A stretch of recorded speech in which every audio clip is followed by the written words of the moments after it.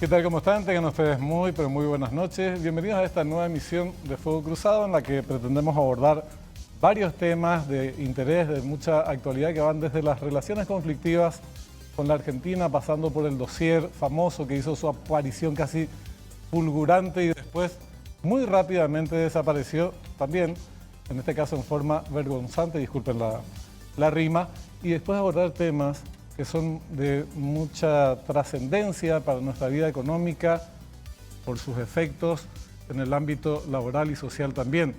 Nos referimos a la deuda que contrajo el Estado paraguayo en la administración anterior, una herencia pesada del gobierno de Mario Abdo Benítez. ¿Cómo se va a distribuir también la torta en el presupuesto 2024?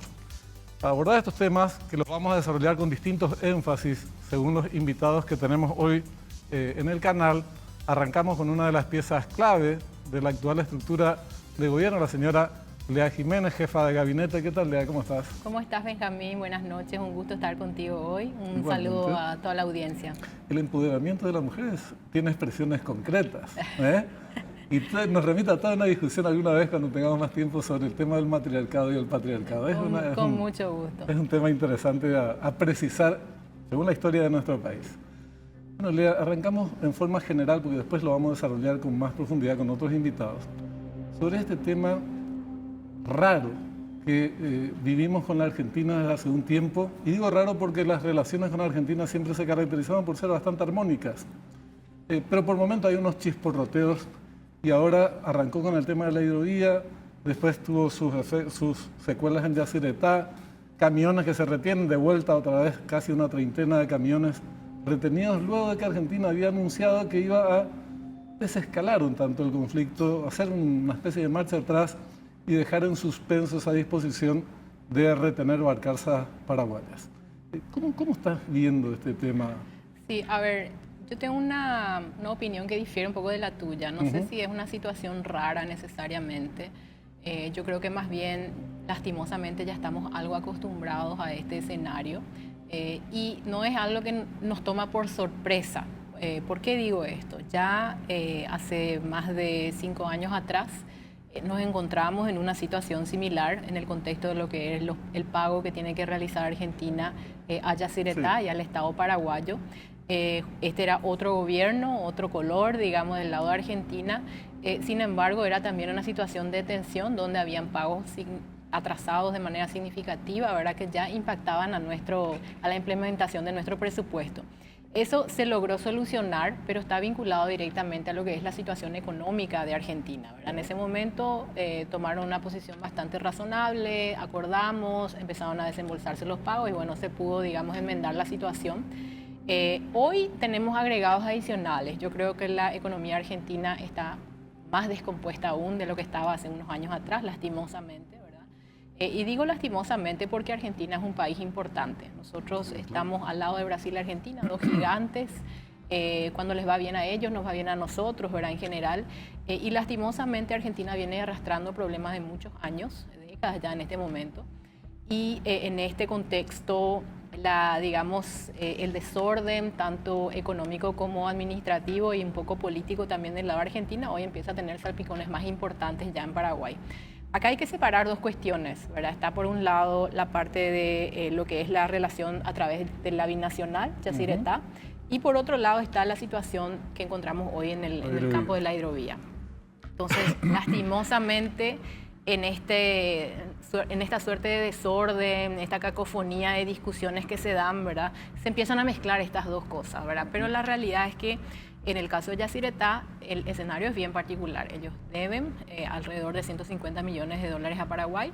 Hicieron promesas de que iban a empezar a realizar pagos. Nos dijeron en la cara, ya están, ya llegaron.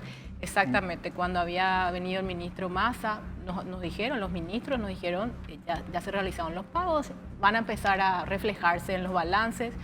Nosotros con mucho cariño, con mucho respeto, por supuesto entendiendo también la situación del país hermano, bueno, dijimos, genial, vamos a aguardar, ¿verdad? Y cuando llega el momento finalmente nos damos cuenta que no hubo tal desembolso, ¿verdad?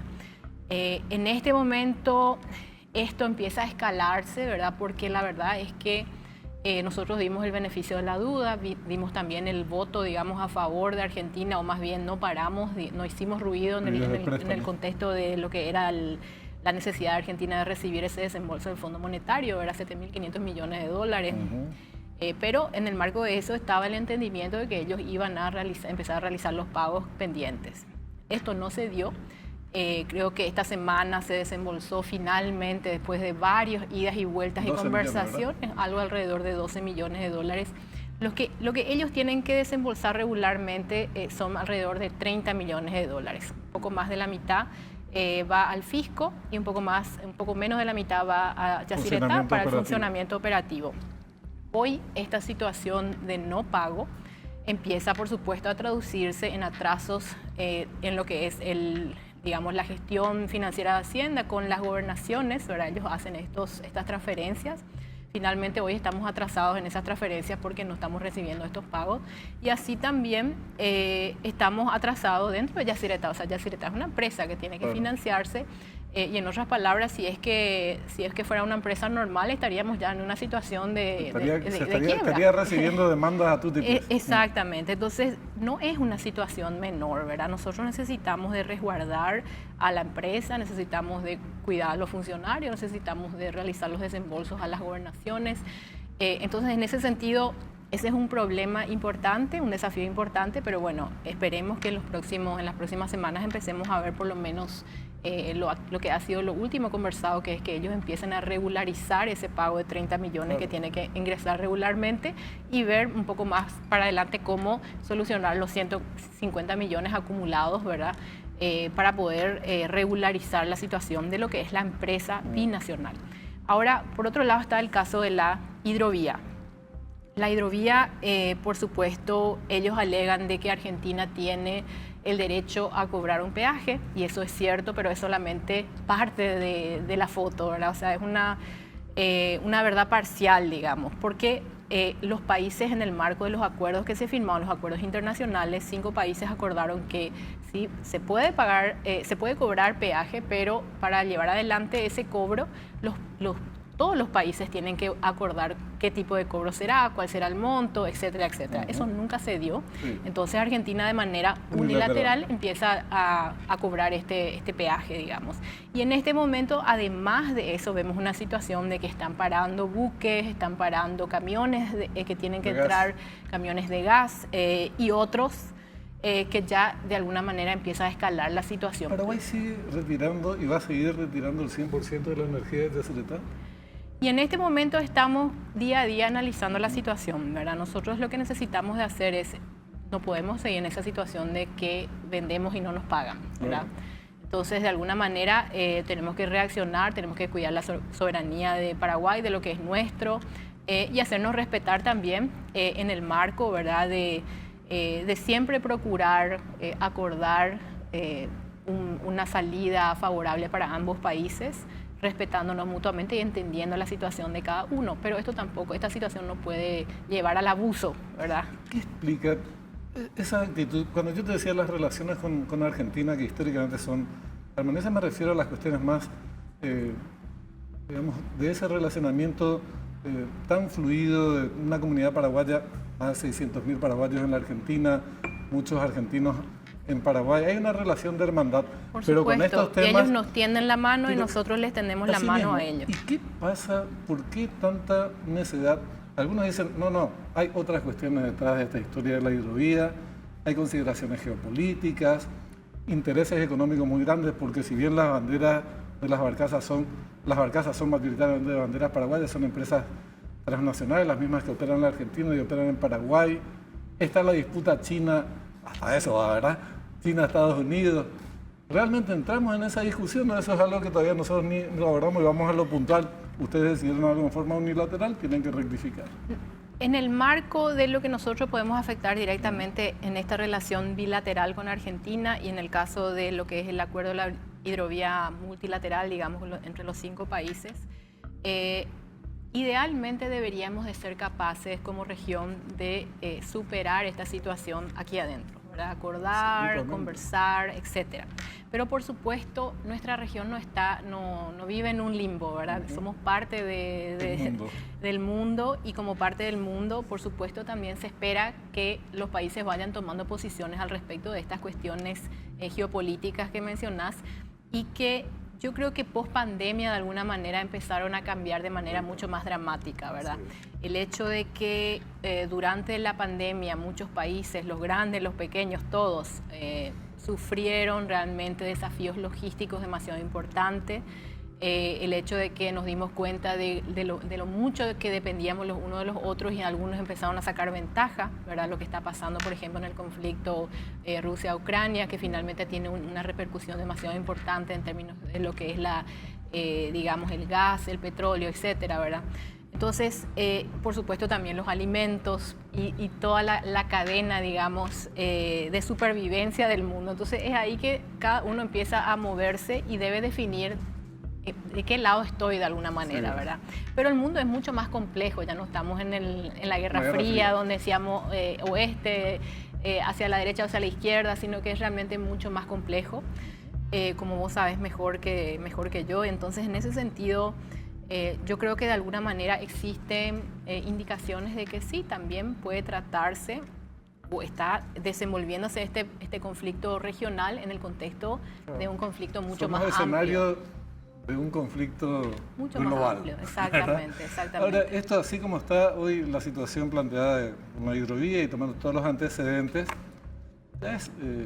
digamos, sería ingenuo esperar que se resuelva, por lo menos antes de que cambie el gobierno en la Argentina en diciembre que viene. Después, ahora tienen elecciones, esto ya no va a cambiar.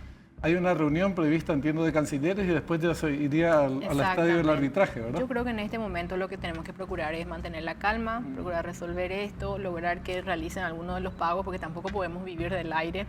La binacional tiene que sostenerse. Así también necesitamos que liberen la circulación del transporte y de los barcos, de las barcazas, ¿verdad? Sin embargo, yo creo que hacia finales del año vamos a empezar a entender un poquito mejor para dónde va a tender la Argentina, ¿verdad? Y esperemos que logremos resolver esto ya con el nuevo gobierno. Una cosa nomás, porque lo de Yacyretá, lo urgente efectivamente es esta deuda que existe, pero hay problemas estructurales de fondo muy graves en Yacyretá. Todavía no sabemos ni cuánto es la deuda. Nosotros decimos que el monto es una, Argentina dice otra. Ellos tienen la administración realmente de la binacional, la dirección de la binacional, no hay coparticipación. Entonces, hay temas importantes de resolver. Hubo un acuerdo Macri-Cartes que fue avalado por el Congreso paraguayo, no aprobado por el Congreso argentino, de eso ya pasaron 6 años. Entonces, la deuda era de 17.000 y pico de millones, sí, y se había reducido a menos de 4.000, ahora no sabemos en cuánto está. O sea, esa discusión en paralelo, obviamente lo otro es lo urgente, habrá que hacer. Esta es como una bombita que explotó, ¿verdad? Y nos toca apagar el incendio. Un incendio relativamente pequeño por ahora, pero así como estás diciendo, nosotros nos toca como región y como países que somos parte de este ecosistema que hace a la hidrovía, que es la vena cava que transporta, digamos, todo. Para el caso de Paraguay dependemos de manera importante de este... Más del 80%, ¿verdad? 80% más o menos del comercio exterior. Más o menos alrededor del 80%. O sea, nosotros consideramos que tenemos que salir de esa discusión, estar en el chiquitaje, como se dice, de las pequeñas peleitas, y realmente mirar la foto grande. La hidrovía representa una oportunidad inmensa, no solamente para Paraguay, sino también para los estados brasileños que tampoco tienen una salida directa al mar, para Argentina, para Bolivia, incluso para Uruguay.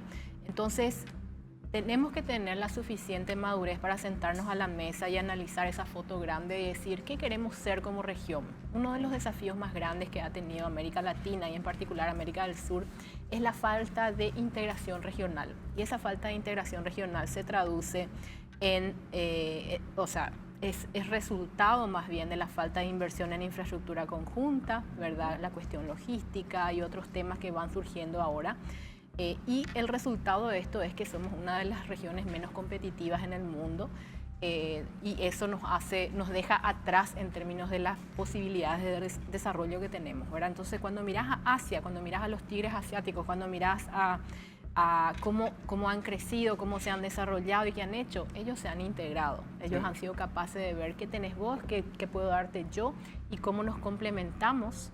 El famoso nearshoring, que se dice también, estar más cerca entre nosotros, ¿verdad? Además, si no, imagínate, se habla de acuerdos con la Unión Europea, pero no somos capaces de garantizar acuerdos tan prácticos como el tema de la hidrovía, por ejemplo, ¿verdad? Y sin embargo tenemos, por ejemplo, una relación mucho más positiva con Brasil, ¿verdad? Con Brasil hemos logrado desarrollar desde el lado de Paraguay lo que es la industria de la maquila. Hace unos años atrás la industria generaba casi nada, era ínfima. Hoy representa 10% de lo que es lo que aporta la industria al PIB del país, ¿verdad? Es demasiado importante. Y finalmente, ¿qué significa esto? Nosotros logramos insertarnos en la cadena de valor de Brasil y complementarnos, ¿verdad? Y eso que se decía en algún momento, queremos ser la China de América Latina, de alguna manera fue llevándose adelante a través de esa relación. Claro. Muchas empresas que estaban produciendo en China vienen a Paraguay hoy, lo hacen más cerca, más barato, con el mismo nivel de eficiencia. Entonces, estas son las situaciones de win-win, ganar-ganar, como se dice, que tenemos que ser capaces de fomentar entre los países, especialmente en Mercosur, ¿verdad? Sí, después tenemos tiempo que volver sobre eso, pero como no disponemos de muchos minutos, en pocas palabras, pasando el tema del dossier que anunciábamos, después lo vamos a desarrollar con otros invitados. Hizo su aparición fulgurante, como decía, y su desaparición medio vergonzante, menos de 48 horas. Pero genera, obviamente, inquietud política y al extremo de que el propio presidente de la República se pronunció al respecto. ¿Qué conclusión se saca de estos días así tan, digamos, un tumulto ficticio, si se quiere, pero que refleja la posición política, por lo visto, de un gobierno o de algunos actores del exterior? Sí, y la verdad, yo creo que es una situación totalmente innecesaria, ¿verdad? A mí me llama la atención que el manejo de un documento supuestamente oficial, y yo entiendo que este sí es un documento oficial. ¿Por qué? Porque cuando se le pregunta al embajador americano qué puede decir al respecto de este documento, él dice: yo no puedo opinar al respecto de un documento clasificado, no puedo decir si es cierto o no es cierto, la política del gobierno hace que no. Entonces esto significa que ese documento existe y es real. Cuando yo tomé conocimiento del documento, leo el documento, así como dijo el presidente, hay muchas cuestiones que son valiosas en el documento en términos del análisis que hace de la situación, de la corrupción, del ¿cómo se dice?, crimen organizado, etcétera, ¿verdad? Son cuestiones de conocimiento. Pero hay partes del documento, especialmente la parte inicial, en particular el contexto, dice, donde se habla al respecto de 3 personas que hacen parte del ecosistema político de nuestro país y se hace referencia con adjetivos calificativos y expresiones muy poco diplomáticas y realmente de manera muy poco seria, ¿verdad? Entonces, esa parte es la que llama la atención. ¿Por qué llama la atención? Porque esto no se da de manera, ¿cómo se dice?, fortuita, ¿verdad? No es algo que pasó y qué raro, una cuestión. No, esto se da en el marco de un proceso que se inició ya durante nuestro proceso electoral.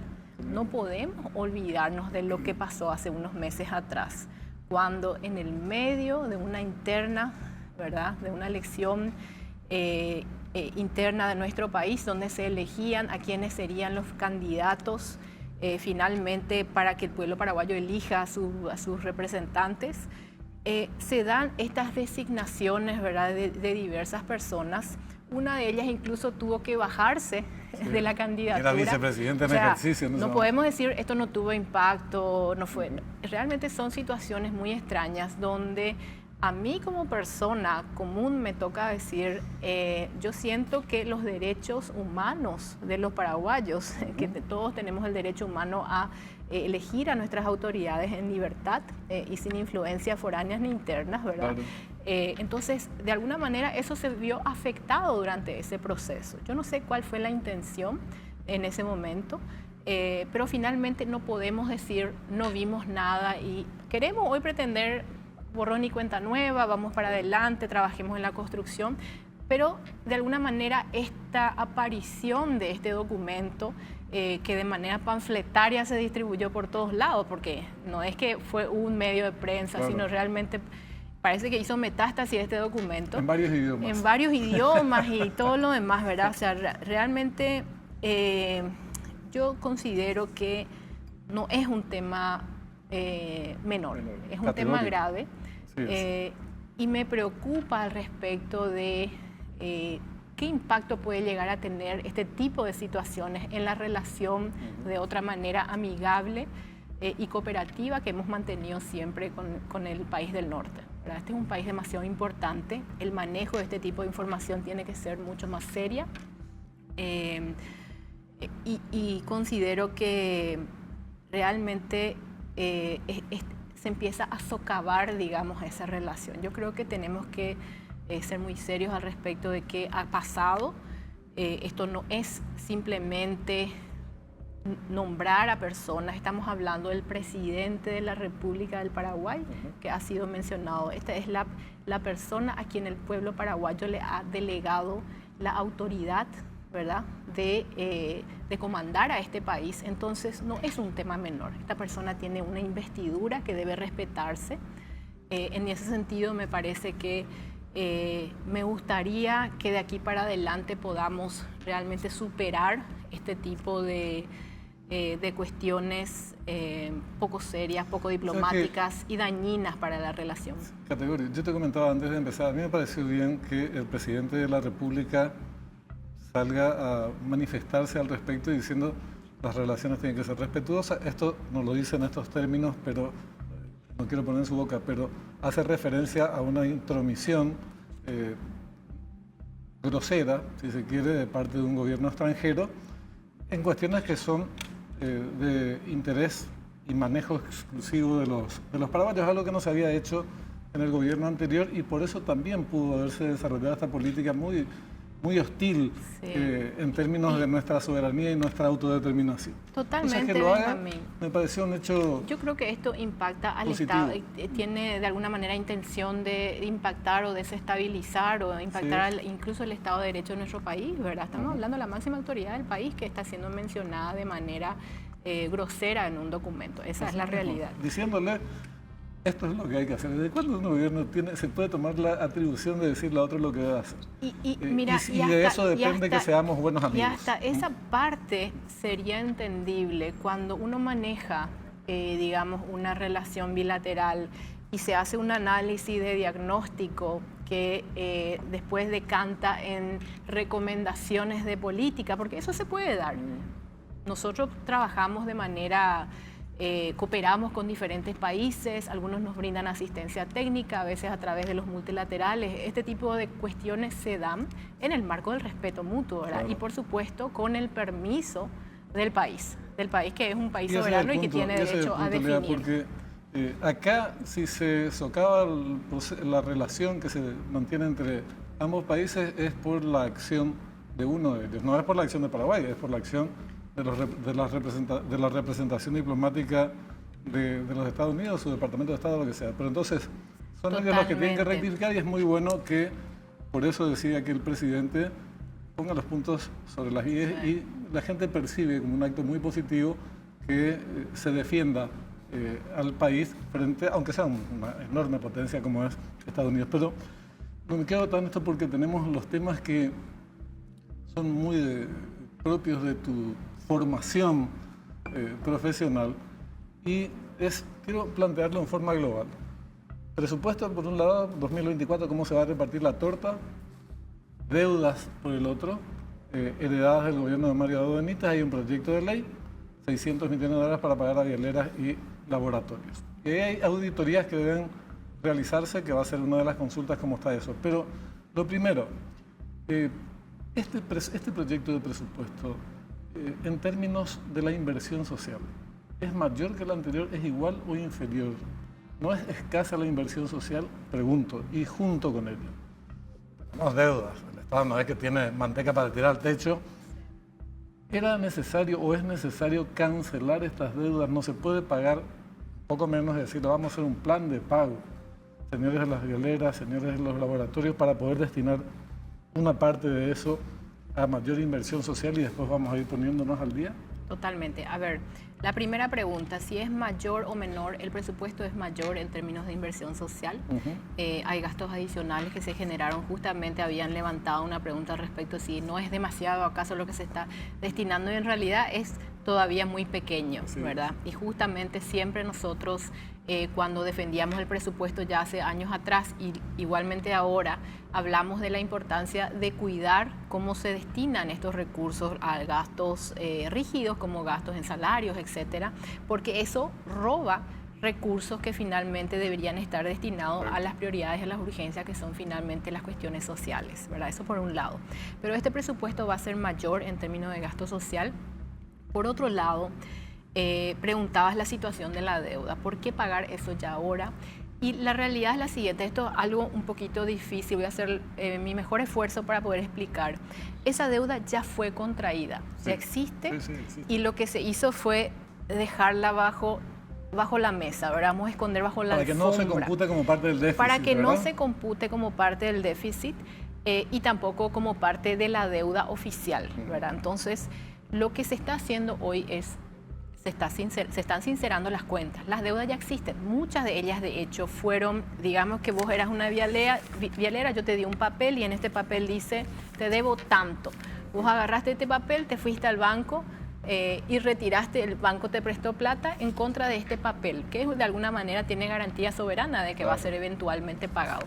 Pero este papel empezó a generar intereses en muchos de los casos. No en todos los casos, pero en algunos de los casos empezó a generar intereses moratorios. Entonces ahí estamos hablando de intereses altos que se generan en contra del Estado en algunos de los casos. En otros casos no es así, pero finalmente la deuda existe y simplemente tiene que reconocerse, formalizarse.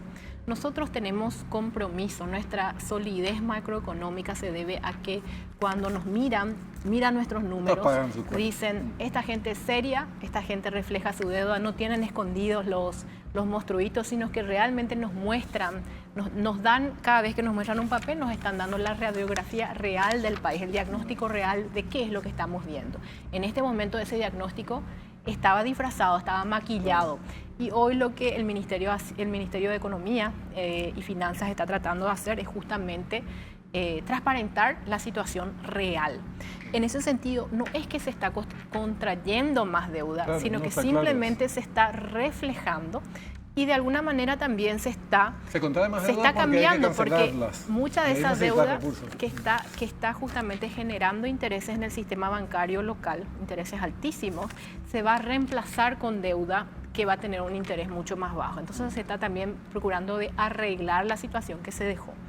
Pero acá hay que ser muy claros. Nadie dice que vamos a hacer esto y vamos a pagar todas esas cuentas que se generaron.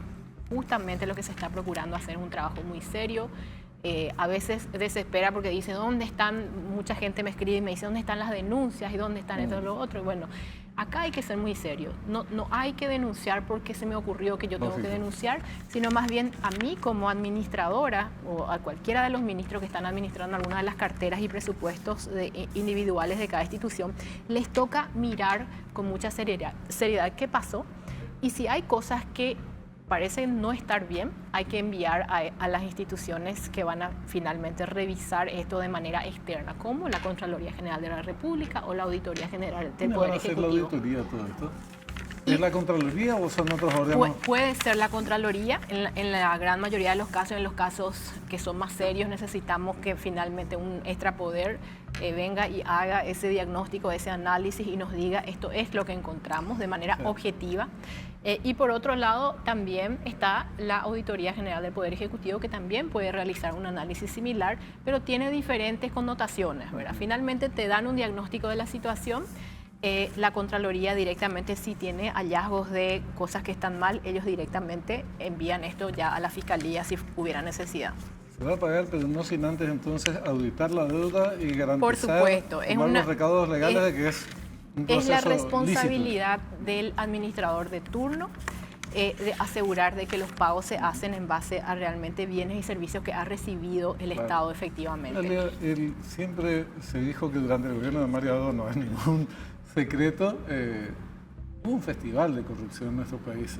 Realmente fue alarmante. Y lo de IPS es una de las demostraciones de cómo se utilizaron los fondos de los asegurados de una manera escandalosa, se endeudó a la previsional, se hicieron licitaciones amañadas, se pagaron por cuentas que no sabemos si tuvieron hubo una prestación de servicio efectiva. Obras públicas es la otra gran institución. Entonces te pregunto, está este tema de las deudas, que las que sean lícitas hay que pagar, pero hay 5 años de gestión. No vamos a ir más atrás a mirar, qué es lo que se hizo realmente acá, porque demasiado dinero, ahí nos endeudamos y las obras son necesarias.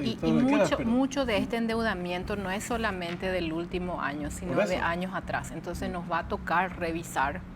Cada pago va a implicar la revisión de la trazabilidad de dónde viene, cómo fue que se entregó, qué se hizo. En algunos casos incluso tendremos que ver seguramente la implementación de las obras, ¿verdad? La fiscalización de las mismas obras, no solamente la fiscalización de los pagos. Sí. Entonces, yo creo que se hizo como corresponde. Exactamente. Hay diversos escenarios que se van a dar y con la responsabilidad que nos corresponde vamos a tener que tomar decisiones, guste o no guste, al que sea afectado, de hacer lo correcto, ¿verdad? De llevar a las instancias, digamos, no solamente de control, sino también de finalmente, ya sea la fiscalía, por ejemplo, que finalmente ellos digan qué fue y determinen con la suficiente información e investigación qué es lo que realmente pasó. Quería insistir un poquito más en este tema y aprovecho para mencionar, ¿verdad? Una de las cuestiones irrisorias de este supuesto documento que se filtró es justamente que se refieren al expresidente Mario Abdo Benítez como monumento a la honestidad. Un monumento a la honestidad y persona que contribuyó al combate a la corrupción. Insólito.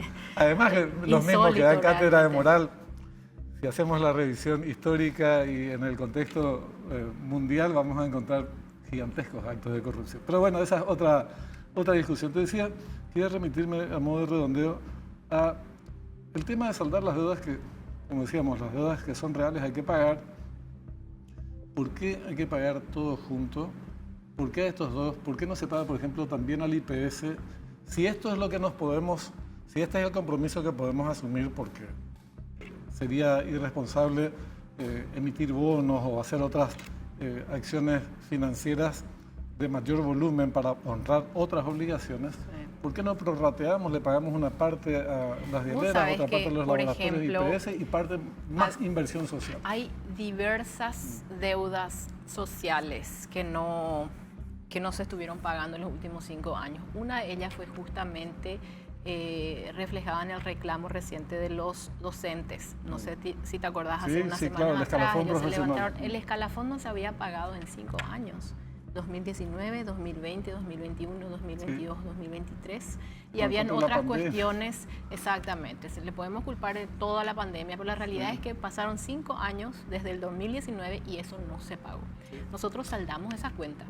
Finalmente se llegó a un acuerdo a través del cual Hacienda va a absorber ese costo pasado y va a entregar esos pagos a todos los docentes. Eso es un monto muy importante también. Entonces se están saldando también deudas sociales que tal vez no tienen la misma repercusión porque finalmente al escuchar a los docentes dijimos, es inaceptable lo que pasó. ¿Cómo pudo haber pasado 5 años y asimismo, como dijiste vos, lo plantearon incluso ellos, cómo van a pagar a otros y a nosotros ni siquiera el salario nos han pagado? Esas son deudas sociales demasiado importantes que nos toca hacer frente también. Se acordó que se va a cubrir eso en el presupuesto ya un poco de este año y del año que viene. Y por otro lado, otra deuda social que ya se está empezando a pagar también es el hecho de que un programa como Tecoporá, por ejemplo, no tuvo un incremento en los últimos 5 años. Sin embargo, la canasta básica se incrementó más o menos. La inflación solamente creció 25% en estos 5 años. Entonces, ese dinero que te entregaban a través de una transferencia social ya no alcanzaba para comprar esa canasta básica planteada originalmente. Entonces, ¿qué se hizo? Se ajustó. Por eso se habló ahora, hace unas semanas atrás también, de lo que es el Tecoporá Ambareté, le decimos, ¿verdad? El Tecoporá que finalmente viene a cubrir ese desfasaje que existe hoy entre esa capacidad de pago que se tiene a través de esa transferencia. Entonces, eso también es saldar una cuenta social. Y me parece muy bien. Yo me refería sobre todo cuando hablamos de salud y educación, que son temas, capítulos muy grandes, muy vastos y que requiere de mucha inversión efectivamente, pero a otros más puntuales que tienen impacto económico y social enorme. Caso vivienda, el Ministerio de Vivienda tuvo una reducción del 6,5% me parece en su presupuesto. Y está bien el programa Quiroga, por ahí me parece muy bueno, pero las viviendas sociales están dirigidas para segmentos que no tienen capacidad de pago. Y en la demora, el retraso que hay de vivienda social en nuestro país es gigantesco y al mismo tiempo mueve muchísimo la economía. Bueno, yo no te voy a enseñar, es tu materia, ¿verdad? Vos conocés mucho mejor totalmente. que yo. Me parece que ahí habría que hacer un esfuerzo adicional. Estamos haciendo un esfuerzo adicional. Justamente desde el Ministerio de Urbanismo y Vivienda se está mirando el hecho de que necesitamos asegurar de que aquellas promesas, digamos, de entrega de casa se den. Estamos acelerando esos procesos. Y por otro lado, también se va a ampliar el programa. No es que se va a achicar lo que se tenía, sino que se va a ampliar a otros segmentos de la sociedad. Nosotros cuando hablamos de vulnerabilidad en nuestro país, realmente el abanico es bastante amplio. No es solamente aquellas personas que viven en situación de extrema pobreza o pobreza, sino también aquellas que viven en situación de vulnerabilidad. Incluso la misma clase media es bastante vulnerable todavía en nuestro país. Entonces, hoy planteamos que este programa abarque a todo ese espectro de ciudadanos y ciudadanas que quieren acceder a una vivienda digna. Y eso es lo que se está procurando facilitar. Seguramente escuchaste, estos van a ser créditos de alguna manera con unas tasas muy buenas, muy bajas, buenas. Muy accesibles. 6,5 me parece que, ¿verdad? Alrededor de 6,5, donde también el pago que se va a dar va a ser equivalente al pago que realizan las familias para el pago de alquiler. Entonces eso es algo demasiado positivo porque por un lado va a permitir a las familias ser capaces de realizar ese pago mensualmente porque está dentro del presupuesto de ellas de todos los meses. Ahorrar de aquí a futuro, tener una vivienda digna y al mismo tiempo también movilizar a toda la economía en términos de lo que es, digamos, el sector de la construcción, ¿verdad? Y por supuesto el sector financiero también. Entonces yo creo que esto va a traer buen empleo, buen circulante y va a contribuir al crecimiento del año que viene. Lea, te agradecemos un montón. Quedan muchísimos temas. Con Lea, la verdad que, aparte que es muy placentero poder charlar y dialogar, maneja muy bien los distintos temas, es agradable en la conversación, pero no tenemos más tiempo. Entonces vamos a profundizar en otra oportunidad, ¿sí? Muchas gracias, Benjamín. Un gusto. Muy amable. Muchas gracias. Enseguida volvemos con más Fuego Cruzado. Ya vuelvo.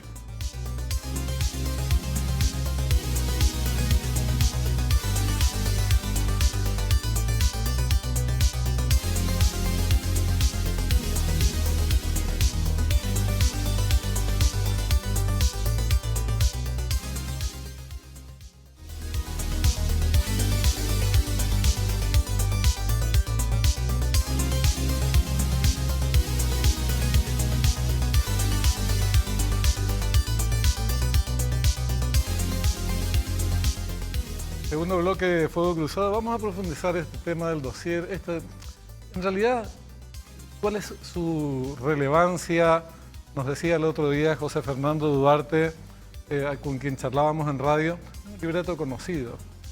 Y en efecto, gran parte de su contenido tiene que ver con una política que viene implementando Estados Unidos desde hace ya el gobierno de Biden, o un ala del gobierno de Biden que tal vez sepa dónde está Paraguay en el mapa, a través de la Embajada de los Estados Unidos en nuestro país, desarrollando una política tendiente a provocar un distanciamiento, primero la alternancia. No lo logró ni en las internas partidarias coloradas, ni en las elecciones generales después. Y en este nuevo escenario, busca crear una situación de controversia, conflictos, enemistad, gobierno, Partido Colorado, Santiago Peña, Horacio Cartes. Pero ya se hablaba, no es nuevo efectivamente. ¿Cuál es la relevancia de este tema? ¿Qué es lo que se pretende con este tipo de políticas? ¿Por qué algunos medios de comunicación de nuestro país se suben al carro y sin embargo la política o la dirigencia política tradicionalmente opositora ni los que fueron anticartistas dentro del Partido Colorado se sumaron a este tema? Ya estamos precisamente con José Fernando, le agradecemos muchísimo por estar con nosotros. Él es sociólogo, filósofo una de esas pocas personas que trabajan en el ámbito del conocimiento, y no lo digo con toda la validez que tiene eso, es una materia pendiente en nuestro país que tenemos que desarrollar. ¿Qué tal? ¿Cómo estás, José? Muy bien, Benjamín, un gusto estar contigo de vuelta aquí compartiendo. Bueno, pasaron varios días, decíamos recién con Lea Jiménez, hizo una irrupción medio fulgurante el tema del dossier y desapareció muy rápido en forma casi vergonzante, sin dar ninguna explicación. En estos días que transcurrieron, ese punto que señalaba quisiera retomar, es un libreto conocido. Sí, yo creo que no logró instalarse como agenda política, eso es evidente. Su tiempo de duración fue muy corto, como bien lo señalás. Y la reacción y la recepción que tuvo en el ámbito político fue muy diferente a lo que ocurría el año pasado cuando estas acciones empezaban a darse en un contexto electoral muy fuerte. Creo que el arco político comprendió en su transversalidad, desde el Partido Colorado hasta la oposición, del poco uso político que se le puede dar a estas acciones que el Departamento de Estado de algún modo viene implementando, desarrollando en Paraguay. Si reconstruimos el proceso político que se da desde el año pasado, con el Partido Colorado como una suerte de laboratorio o de blanco de estas acciones, podemos notar primero dos cosas. Las designaciones del gobierno de los Estados Unidos no tuvieron como único blanco al expresidente Horacio Cartes, sino inmediatamente llevaron adelante una suerte de equiparación o de balanceo del juego político, acusando también al ex vicepresidente, entonces precandidato a presidente Hugo Velázquez. Una de las cosas que poco se ha dicho es que, a mi juicio, en mi lectura, el entonces oficialismo, es decir, Fuerza Republicana, fue el mayor perjudicado de estas acciones. Fue devastador, las acciones del gobierno norteamericano fueron devastadoras para el oficialismo, porque rápidamente el movimiento norcolorado en ese entonces se afianzó en una narrativa clara de reivindicación de la soberanía nacional, mientras algunos actores, o la mayoría, del entonces oficialismo colorado especulaban con justa o no razón en el cálculo político de esto, una cuestión descriptiva con ser los beneficiarios de estas designaciones, y terminaron sin relato de algún modo. Esta fue para mí una de las razones de la victoria de Santiago Peña en las internas coloradas, la desmoralización que generó en el entonces oficialismo colorado. Luego, en un segundo momento, toda esta narrativa generada como efecto de las acciones norteamericanas, yo no voy a entrar en la especulación de la intencionalidad política o no, porque sobre este punto también tengo otra opinión, no pudo ser capitalizada en ningún momento por la oposición. Es más, no pudo tener fuerza en la discusión electoral, fue desplazada en la oposición por la agenda que imponía Paraguayo Cubas, lo que significó en cierta medida una poco efecto en la dinámica política electoral. Entonces yo creo que los diferentes actores políticos se dan cuenta de eso, han sacado las conclusiones.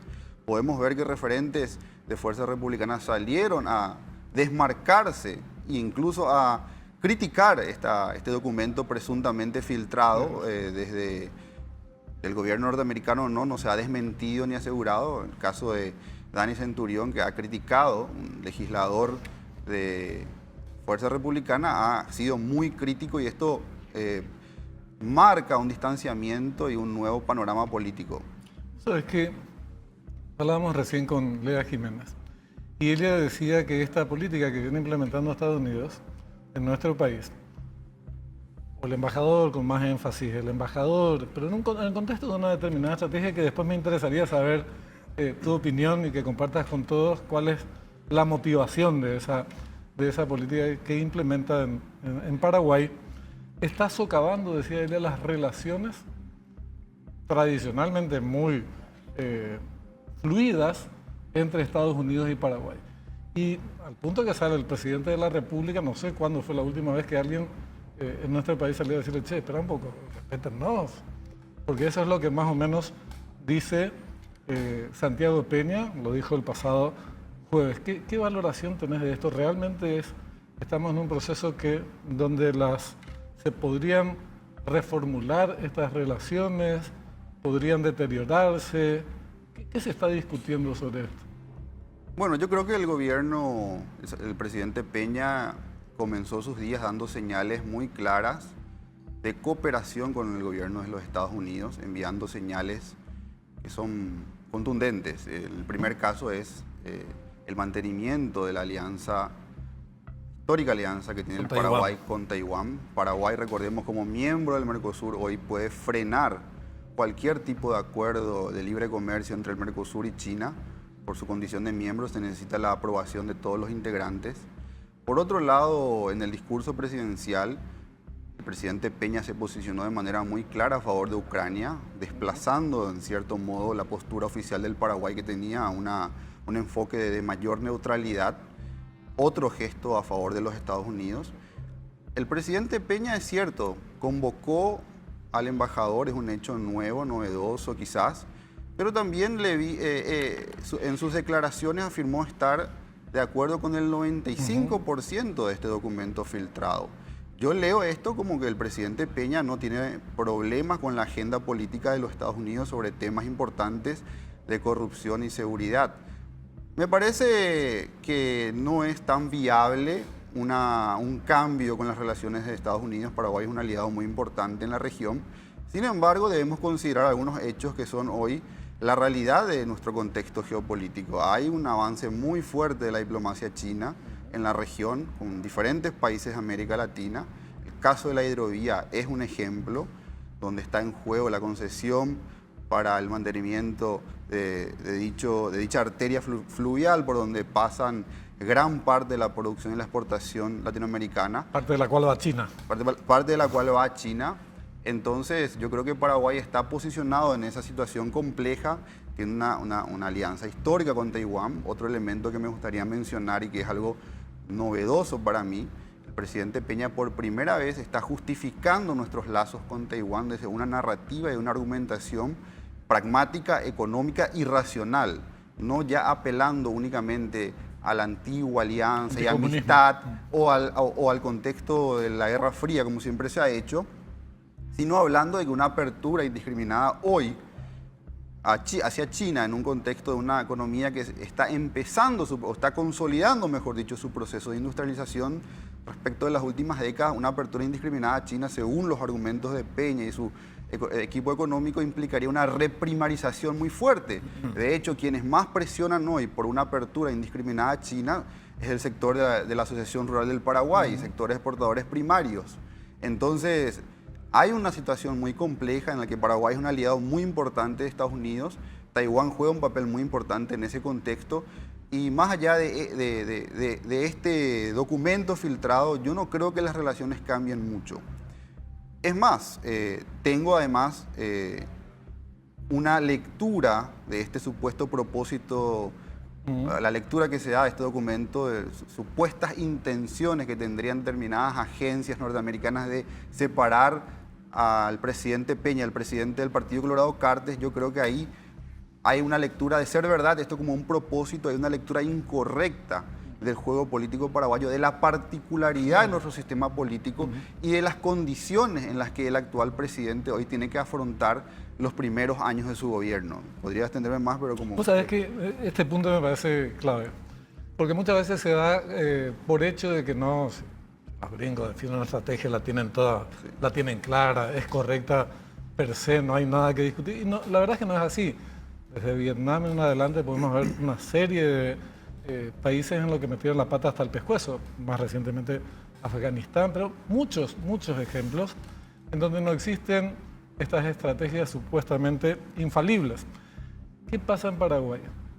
¿Por qué razón, si hay gestos de Paraguay positivos hacia Estados Unidos, como los que vos mencionabas por parte de Santiago Peña, los gestos del otro lado son opuestos y no leen correctamente que sus interlocutores, para cualquiera fuera su política en la región, incluso para contrarrestar el tema de China, son precisamente Santiago Peña en el gobierno y el Partido Colorado con Horacio Cartes como presidente. Bueno, dos cuestiones sobre esto, Benjamín. En primer lugar, yo creo que hay que comprender que el entramado institucional del gobierno norteamericano es complejo. Yo no tengo una mirada conspiraticia por eso.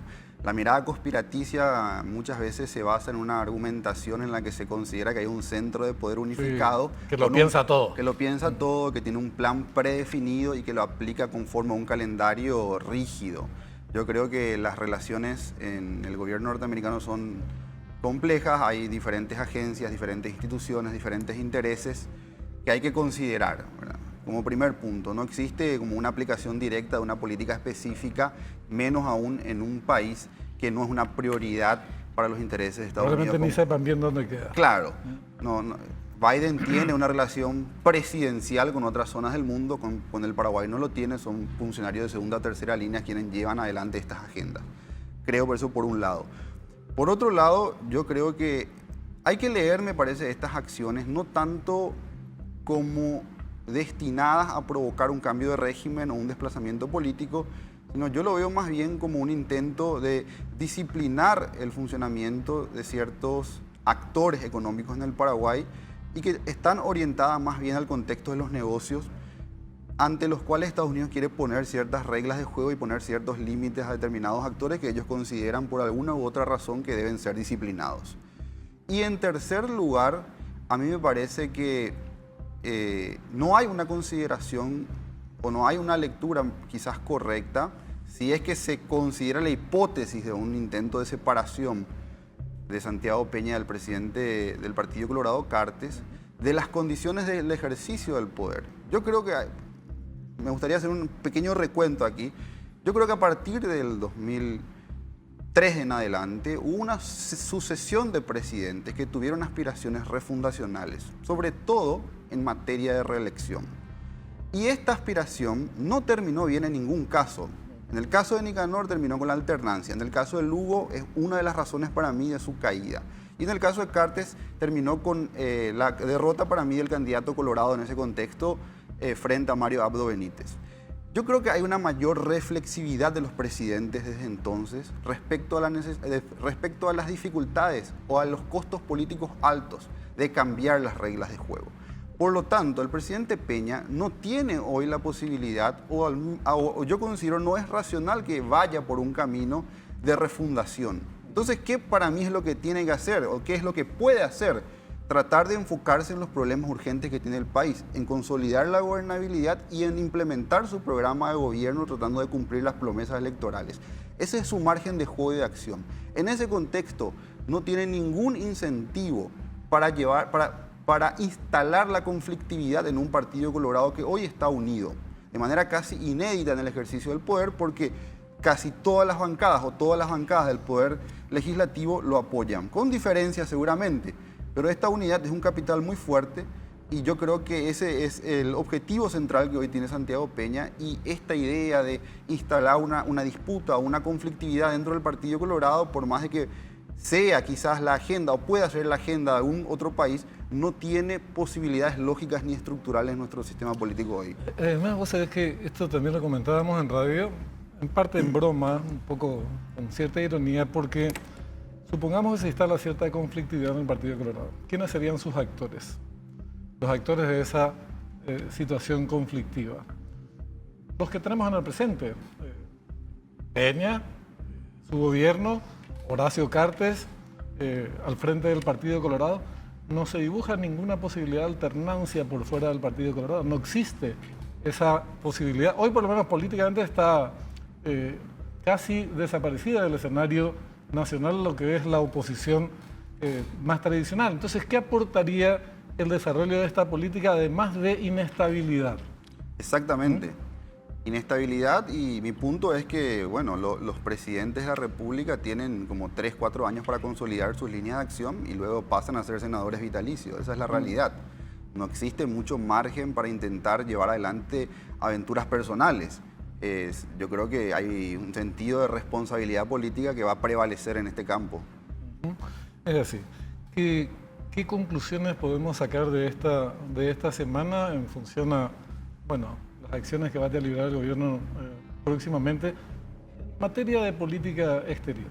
Está Estados Unidos, tenemos el tema de la hidrovía, una relación, porque acá hay una cuestión relativamente no sé si contradictoria, pero confusa, porque esa relación muy fluida con Estados Unidos, con estas complicaciones que mencionamos, del dossier como parte de una estrategia y bla, bla, bla, también se conjuga con la relación con Brasil, que es otro fenómeno que expresa otra orientación muy distinta a la de Estados Unidos, incluso de la Unión Europea, el tema de los BRICS.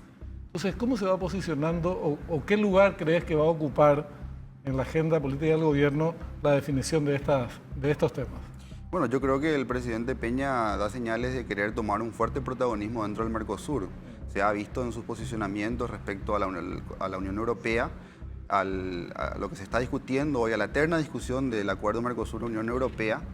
La relación con Lula es muy importante, yo creo que él está intentando consolidar. La llegada, la vuelta de Lula al poder es un cambio mayor en la región, mayor en el mundo, yo diría, por la orientación que tiene Lula respecto a su antecesor. Y también tenemos obviamente el frente con Argentina, ¿verdad? Que es una pregunta, una interrogante, una incógnita por la compleja situación política electoral que vive el país vecino. Yo creo que las elecciones en Argentina están abiertas, no creo que haya que uno pueda decir que está asegurada la victoria de Milei, ni en primera ni en segunda vuelta. Es el candidato favorito, evidentemente, pero como soy una persona que sigue mucho la política argentina, me animo a decir que va a haber una segunda vuelta y que está abierta esa elección. José Fernando vivió varios años en la Argentina, de hecho me comentaba que se recibió de sociólogo, ¿verdad? Sí, en la UBA. En la UBA, en la Universidad de Buenos Aires, y sigue mucho la política argentina. Por último, referido a esto justamente, ¿en qué cambiaría o cómo afectaría a Paraguay, o cómo podría afectar a Paraguay un gobierno de Milei o un gobierno de Massa, que son las dos opciones que se manejan con más fuerza? Bueno, un gobierno de Milei yo creo que es un interrogante hasta para los propios argentinos. Está la discusión en Argentina, ¿cómo va a gobernar Milei? Es la pregunta que los argentinos se hacen todos los días. Puede ganar, puede ganar. Ahora, se desconoce sus cuadros técnicos. ¿Con quién va a gobernar? ¿Con quién va a gobernar? Yo creo que Mauricio Macri va a ser una figura clave. Esto no es una opinión. Pero es parte de la casta. Claro, pero Milei ya ha dicho que va a tener parte en su gobierno, que él lo reconoce, seguramente es parte de la casta que no está tan vetada por Milei. Creo que Mauricio Macri es una figura, un expresidente que mantiene muy buenas relaciones con el oficialismo colorado actual. Podría ser un puente de comunicación con un eventual gobierno de Milei. Y con Sergio Massa, bueno, se tendrá que recomponer la situación de resultar ganador. Es muy difícil, es el encargado de la... Yo creo, o sea, hay que entender que Massa es el presidente, de hecho, de la Argentina desde hace 2 años. Entonces, su victoria sería una revalidación, una continuidad del ejercicio actual. Bueno, las relaciones se tendrían que recomponer y la vía diplomática, estoy seguro, va a ser el camino para eso. José Fernando, te agradezco mucho tu participación, vamos a seguir conversando. Muchas gracias, Benjamín.